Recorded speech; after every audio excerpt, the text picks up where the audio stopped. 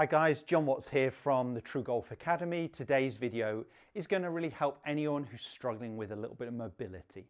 So if you're struggling to turn, you're not making a big enough golf swing, you're losing out on some potential speed, I've got for you some simple hacks that you can do at your setup just to help you create a bigger movement.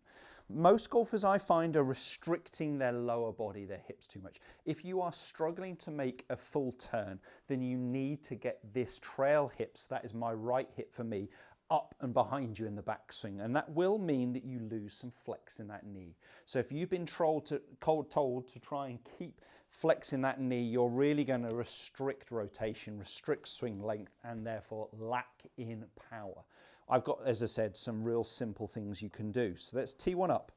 So the first thing I'm going to do is I'm going to set up, but then I'm going to drop my trail foot, that is my one furthest away from the target, slightly back, closing my stance. So my body line is aiming a little bit for me, more out to the right of the target, close by a good 10-15 degrees. And that's really going to help me start to rotate.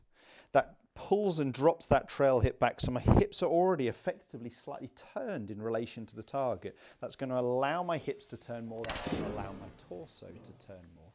While I'm at it, I'm also going to flare my feet out a little bit more, especially this trail foot. So rather than starting that foot straight, which is going to almost lock this trail side, I'm going to flare it out because it's really going to release this side and allow me to get this trail hip more up and behind me in the backswing. So dropping the foot back, and while I'm doing that, I'd also be dropping my shoulders back. So I'll be trying to get my shoulder line, my torso to follow my feet, effectively creating more of a draw setup, meaning my body was pointing a little bit more to the right, and I'm going to flare the feet out, especially this trail foot. Now, in terms of a swing, I'm just going to allow this trail hip to feel like it moves more up and behind me. So as an exercise, I think it's a great idea just to put an alignment stick, a tour stick through your belt loops,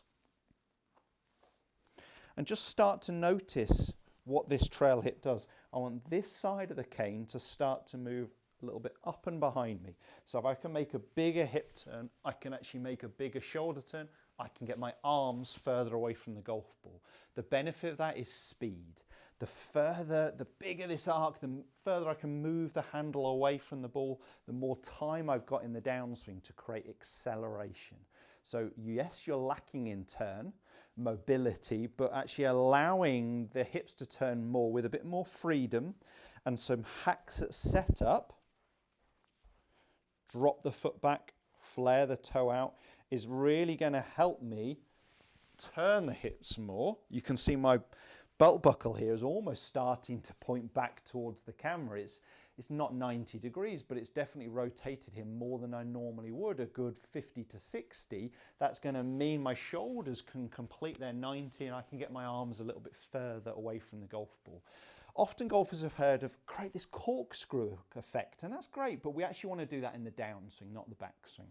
If we restrict too much with this trail side in the backswing, we just can't turn our upper body either. We can't move the club very far away from the ball. So where we actually create the corkscrew effect is the downswing, because our lower body is starting to move in an ideal world before our upper body. A lot of golfers are inefficient and moving their upper body early in the downswing.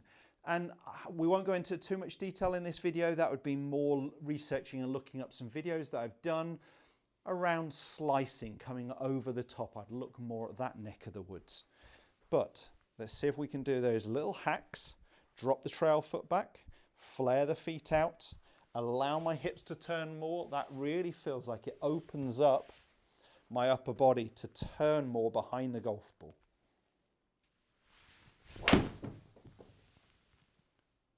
So I've missed that a little bit left to target, but you can start to see here a draw shape, something that's moving a little bit more right to left. And that's what I'd start to expect.